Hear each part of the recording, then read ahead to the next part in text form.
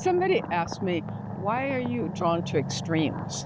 And it's exactly that, to find these other ways of experiencing life.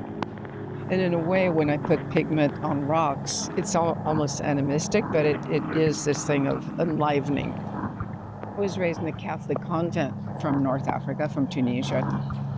How you think about the universe, how you think about human life on the planet was instilled in me from a very early age. I'd already been sensitized to the land because the land is palpable. The land speaks to you. It's like an entity, and it's really hard to explain. And it's just a feeling. It's probably a combination of history and, of course, color and, of course, cultures. Malibu lime.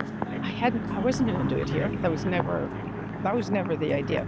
I never thought about it because it was so far from the ocean. We're 5 miles up. And what I ended up doing was very simple, just a 14-inch by 41 feet. And I filled it with blue pigment. So perceptually, the blue of the line went all the way to the horizon to form a cross. I've always had a relationship to the horizon line in my writings and in some of my paintings. And I realized, oh, that's interesting. My body and the horizon form a cross. I wonder if that's how symbols are formed, through the interrelationship of a human being and the environment. We all kind of dig into our passions and curiosity. So I've made a point.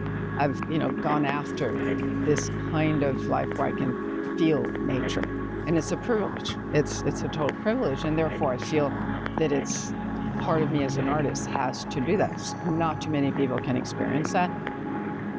If you have that, it's really more than fulfilling. It's what I'm to do.